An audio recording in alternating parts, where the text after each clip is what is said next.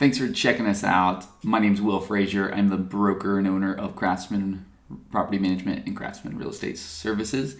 And I just wanted to say thank you for hopping on the website and letting me tell a brief story about the why behind property management for me personally. And this is what got me into real estate investing. Was good. Actually, that was a little different story. That was just the power of real estate investing in general and getting to see that with some of my early clients. But then as I started to dig deeper into the process of owning rental properties, I started to go, why? If this is so powerful and if this is the number one wealth generator tool in history, and especially in American and British history, why is this something that my family has been so averse to or so benign or neutral or ignorant of? And so we started pulling on these threads. And what I found is the same story from all of my uncles. And it was about this childhood home that they had. And Grandpa was, he had a PCS. He was posted at a different station. And so they left their house in St. Louis and moved to Virginia Beach. And then they came back in about 4 years. And so there was this trauma that happened with their family home. You know, they rotated around all the time, but this house in St. Louis was close to family, and it was in their mindset as little kiddos. It was the family home.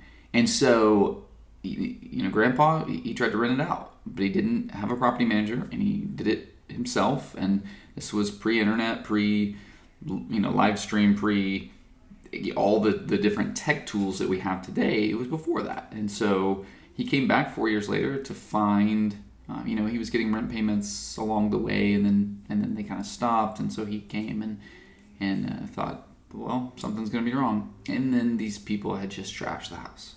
Turns out, in the 50s and 60s, the same stuff happened then that happens today. And so the difference here, and the thing that I want to just kind of poke a pin in, is thus, therefore, and then my dad and all my uncles walk away, and now they've got a family story about how bad tenants can trash your house. It wasn't bathed in fact. I mean, there were some facts, but it wasn't bathed in like balanced, accurate facts of yes, and if you would have had a local property manager who was worth their salt looking in, perhaps they wouldn't have damaged it so bad, or perhaps it wouldn't have been vacant, or perhaps this, or perhaps that. It wasn't bathed in the fact that, but before that, my uncle had 10 different tenants. You know, it wasn't bathed in those balance. It was the hurt of a personal experience. And that hurtful personal experience was, we had a family home that our sons love, and we move away, and we trusted and cared to a tenant, and they trashed it. So 1 for 1 bad experience leads to, and this is how this intersected my life, leads to 3 generations later, we've got 1 and 2 generations before me that could have invested in real estate, who could have done 10% of what I'm doing or 5,000% of what I'm doing. But the point is, if my grandpa would have held on to that house, in 1959 and said, dust it off, shake off the rust, man, that stunk, let's get back at it. And let's say that's all he does. That home in 1959, let's say it's worth $14,000, would be worth about $500,000 today. So, I mean, and that part of St. Louis just kind of exploded and blah, blah, blah. So, number one, he would have passed away. That would have been distributed to the uncles. And so there would be several $100,000 in equity if that was all he ever did to distribute. But there would be another generation of people who are not averse to real estate investing, who are not saying, those tenants, man, they are risk. They'll just trash your place. What if each of them would have gone out and bought one home? They would have bought on average at a $75,000, and today it would be worth $200,000 to $400,000. So just one home, like nothing special, nothing to write home about, just your one home. If my grandfather would have had a savvy property management company, if he could have gone to Virginia Beach and said, Will, I'm putting this home in your care.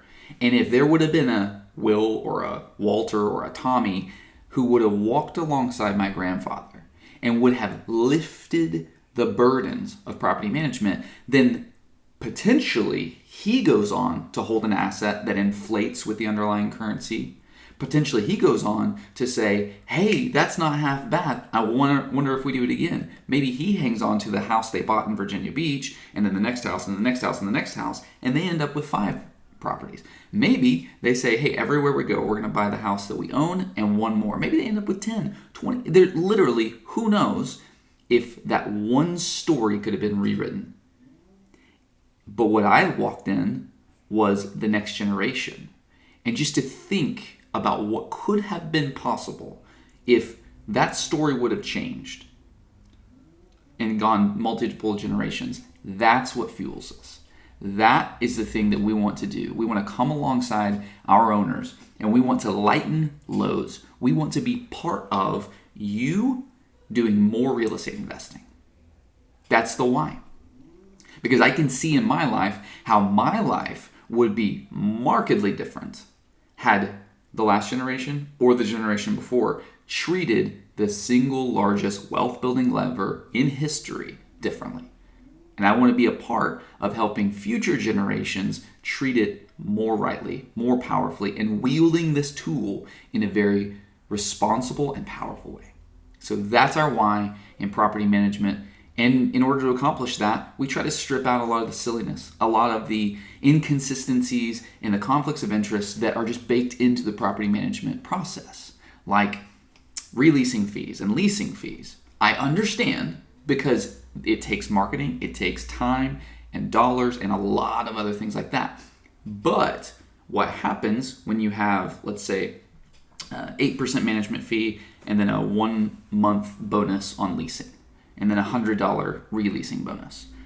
Well, if you have a 1 month bonus, and for all these, we're going to kind of talk through $1,000 a month rental. If you could get $1,000 leasing it to a new person, and only $100 releasing it, which are you more incentivized to do? Right. You would rather get rid of this tenant so that you can release it. And you'd never say that. You may not even realize in your head that it's a motivation, but it is. Because we're kind of simple creatures. And so that doesn't make sense. Well, but you flip it around and you get a 1 month bonus every year if you release, but only a $100 leasing bonus.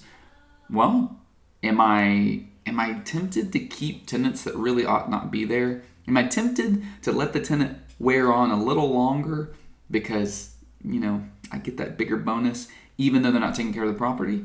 Yes. Because what we celebrate gets emulated. What we incentivize gets done. And so looking at that and looking at the fact that if on a percentage-based management fee model, a $600 rental and a $1,200 rental, I would earn twice as much on a $1,200 a month rental, but I will do twice the work on a $600 a month rental. Like, that doesn't make sense. That's a fourfold spread.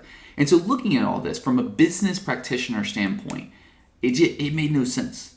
And so we said, why would we not offer a flat fee management service? And we did the work to come up with the number that works for us at the scale that we are at, and that's the scale that we will be at. It will allow us to continue to hire and work with the best and give our clients what we need to give them. It will naturally select for certain types of properties and naturally deselect for other types of properties.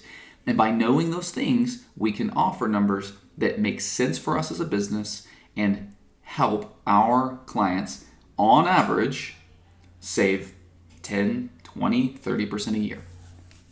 And so that's what we're about. We want to honor and understand the ethos of investors as we are investors, and we want to live and work in such a way that does not violate, but rather honors and upholds that ethos. And what pumps me up and what just drives joy down in my heart in this way is to think about my grandfather and to think about someone like my company walking alongside Papa Sandy and saying, Sandy, we've got you. And then walking that out. Think about the difference that light and lifting partnership can have, not just in your life, but 1, 2, 3 generations down the line. That's what fuels us. So we'd love to work with you. Thank you for watching this. You can hop over to our YouTube channel and find lots of at least entertaining and informative content. We hope it's engaging as well. And if you would like for us to manage for you, we count that a joy. And if you'll just send us an email or give us a call, and we will get started on that right away. Bless you guys. Thank you.